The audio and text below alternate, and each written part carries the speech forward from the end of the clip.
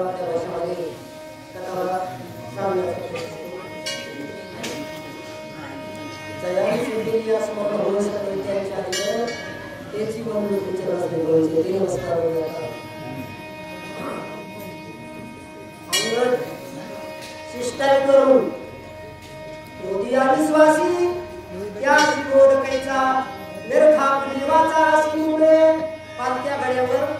पाणी भरून खडा भरत नाही आणि सांगणाराची तोंड दुखी झाल्याशिवाय राहत नाही मूर्खाला सांगून पण संतांचं हृदय जगाचं वाटोळं होतंय म्हणून कळवत होते गुरु तसे जग देखणे ना डोळा आणि म्हणून कळवळा येत असे अंगद हा संत राजा रावणाचं वाटोळं झालं त्याच्या केलेल्या अपराधामुळं पण त्याचा अपराध त्याचं वया लागलेलं वाटोळं चांगलं सांगून थांबवा या उद्देशानं रामाच्या आज्ञेनं शिष्टाई करण्याचा प्रयत्न केला पण मूर्खाला सांगून उपयोग नाही नाथ महाराज म्हणतात त्याप्रमाणे उपयोग झाला नाही सांगण्याचा म्हणून आता पराक्रम आपण दावावा कारण साम दान दंड भेद पुढच्याला आकर्षित करण्यासाठी आपला त्याच्यावर दावा मिळवण्यासाठी 4 प्रकार आहेत एक प्रकार करून बघितला त्या प्रकारानं हा शत्रू आपल्या दबावात येत नाही पुढे अनंत होणारा सुद्धा पाहून सुद्धा टाळण्याचा प्रयत्न करू शकत नाही मूर्तीचे पाय ढवाकळ अशातला प्रकार या राजारामाचा असलेला सांगून उपयोग नाही देवानच ठरविलेलं आहे राजा रावणाला सर कुळ परिवारासहित संपवायचं तिथं माझ्या विचारानं तो वाचेल का वाचणार नाही पण प्रयत्न करून बघावा चांगल्यानं चांगलं शिकून बघावा पुढच्याची पायातून जर आलेली असले तर येऊ द्या पण आपल्याला सुखी व्हावे जग निववावे आज्ञानी लावावे सन्मार्गाशी ज्याला ज्ञान आहे त्यांना आज्ञाला ज्ञान सांगून ज्ञानी करण्याचा प्रयत्न करावा तो ज्ञानी होऊ आत्मा न हो मग आपल्याला ज्ञान असून जर आपण आज्ञाला ज्ञानी बनवण्याचा प्रयत्न करीत नसतो तर ते ज्ञान आपल्याला मिळून सुद्धा आज्ञाला होत आहे म्हणून अंगदाने प्रयत्न केला प्रयत्न वाईटापुढे फेल जात असतो फेल गेला पण आता दबावाने दांडकशाहीने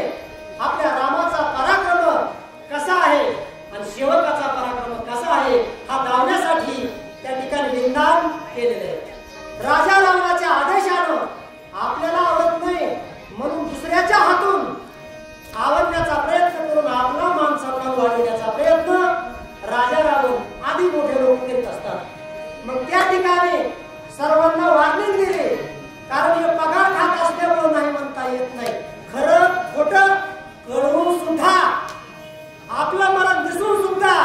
पैशाच्या लालची पोटी मारायला लोक तयार होतात पैसा पैसा म्हणूनच जगण्याचा प्रयत्न करतात पण आपला कोणाला अर्थ अनर्थ टाळण्याचा प्रयत्न करीत नाही आणि त्याप्रमाणे पुरं मरण दिसत असून पापुली जसे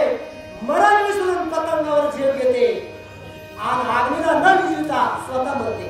आणि त्याप्रमाणे अंगदावर राजा रावणाच्या आज्ञेप्रमाणे सर्व काही राक्षस धावलेले पण जे खरे भक्त असतात का त्यांना भीती काळाची नाही तर बाकीच्याची काय राक्षसाची चिंताची विकाराची अजिबात भीती नाही निशंक निद्रा आलेले इतके अंगावर आलेले झोपलेले परंतु कसला भीत नाही म्हणतात लांब सोडी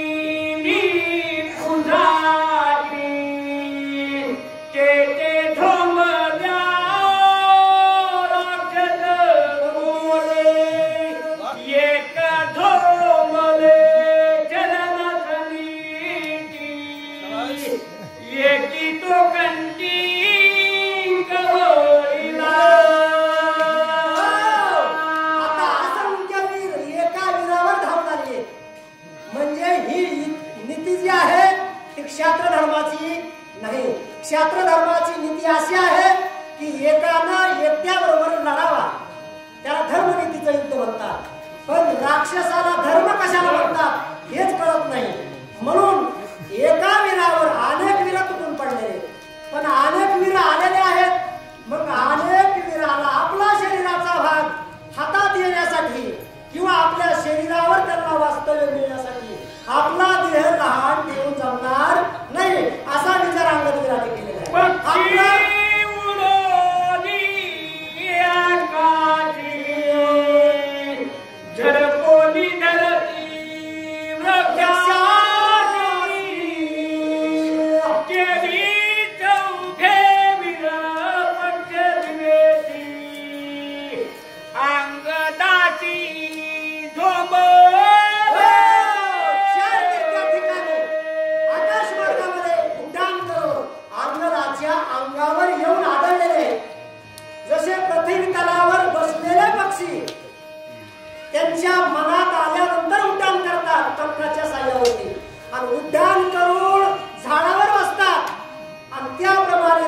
ठिकाणी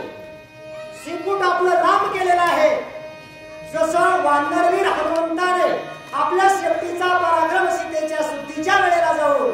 त्या लंकेमध्ये पराक्रम आलेला होता. लांबच लांब शेपूट किती लांबत होतं पानाला सुद्धा कळत नव्हतं. अशा प्रकारची शेपटी लांब केलेली आहे. शेपटीच्या भागावर, दंडाच्या भागावर, शरीराच्या भागावर, डोक्याच्या भागावर अनेक वीरांगणाच्या शरीराच्या भागावर